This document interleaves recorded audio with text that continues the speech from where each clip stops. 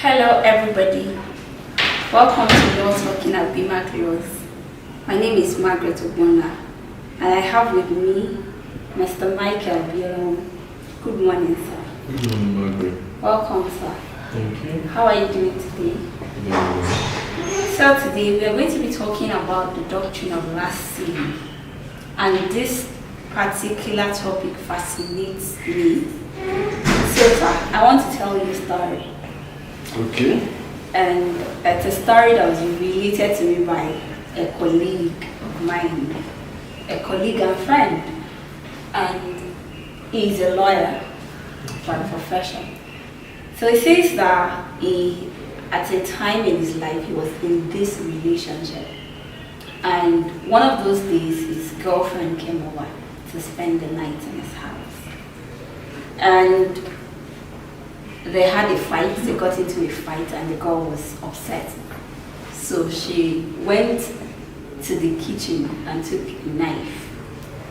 And so he knelt down. Immediately, he knelt down, was begging her, please. Okay, no, at first, he thought the knife was for him. So he started saying things like, I have always known you don't like me. You never loved me. Unfortunately, I have loved you from the beginning of this relationship. So the girl felt bad, went into the bathroom with the knife. So my friend said he went to the bathroom, to the door, because she had locked herself inside. And she begged, he begged her, please don't kill yourself in my house. I beg you, don't kill yourself in my house. So as at the time he was relating this story, I was quite worried as well. Why are you insisting? Like, why are you begging her not to kill? His emphasis was not don't kill yourself. It was don't kill yourself in my house. So, and later in life, I happened to be part of another story where the girl actually took her life in the man's house. By the time the man came back from work, the lady was dead. She had killed herself because she found out that the guy had some other girl that he was going out with, and she was very upset, so she took her life. So what this story I just told now, or these two stories, what can you say about them, and how does the doctrine of last sin apply? Why was that my first friend very scared of the girl taking my life in his house? Okay, so the girl trying to take her life in his house, vis-a-vis the doctrine of last sin. Now, yes, maybe somebody will ask, what is the doctrine of last sin? What is it all about? Yeah, the doctrine of last sin is suggests that when somebody is last sin with you, or last sin with an individual, that person, if that person ends up dead, you bear the full responsibility to explain what happened to that person. Okay. Yes, that is, in simple terms, that's what the doctrine is all about. So, the doctrine says that the late person or the dead person was last seen with this individual. Okay. Therefore, the law places the burden on that individual to explain what happened to that person. So, talking about this, the first lady who wanted to kill herself in her boyfriend's house. Yes. Now, probably people must have seen the two of them together. Okay. And then the girl ends up dead. Yes. So he will need to explain what happened. Okay. So probably that was why he was afraid. Don't kill yourself in my house. Okay. Don't kill yourself in my house. Okay, so the doctrine of last sin just says, give an explanation as to what happened to the deceased, because I was last seen with the person. So maybe on Friday nights, like Nigerians, we like to groove, and we are sitting down and drinking, and then maybe after that something happens to one of the persons, or even let's say it was just two of us. I have to explain. This is like, I have to explain what happened to the person, because the person is no longer alive. That's what I'm getting. Yes, ordinarily under our laws, everybody who is charged with an offense is presumed innocent Yes. until proven guilty. Yes. However, under the doctrine of last sin, it's like you are presumed guilty. So what is happening? until proved What is happening now innocent. is that the only offense I have actually committed is that we last sing together. This is like Wahala they sleep the single week out. So yes, it looks like that.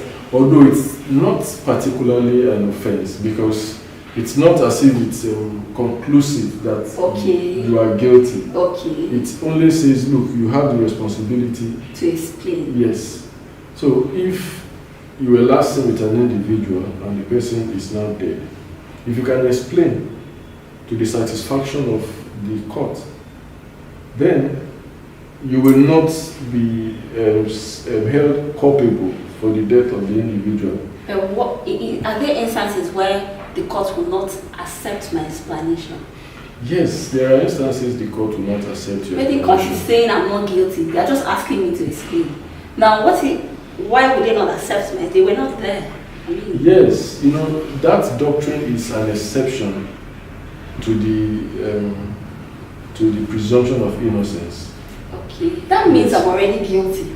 Well, if you like, yes, you're already guilty. However, if you can explain to the satisfaction of the court what happened, because it's circumstantial, it's not 100%. It's not like the law is saying that we knew you killed this person.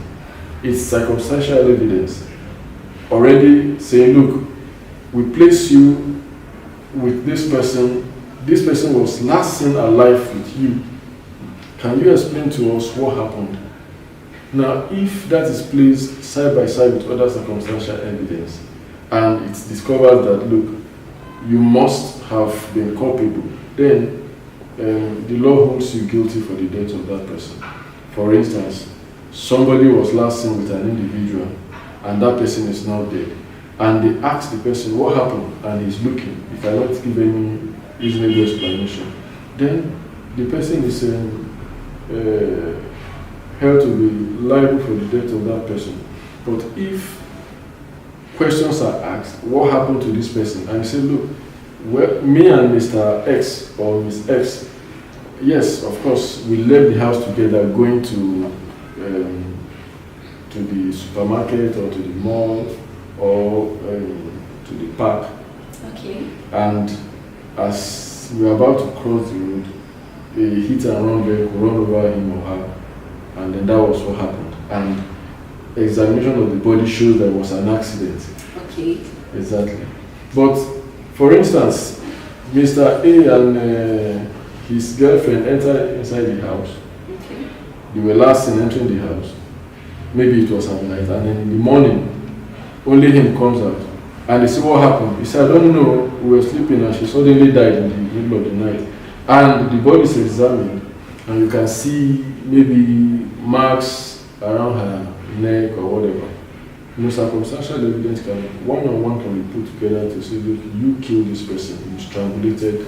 So there's this particular story that, because we say circumstantial evidence, but it looks like circumstantial evidence, as I understand now, is saying you are presumed to have done this thing based on the circumstances. And understanding that the circumstances could be wrong. Yes, the law enforcement officers or agents, they are not spirits. Okay. They can't be everywhere at the same time.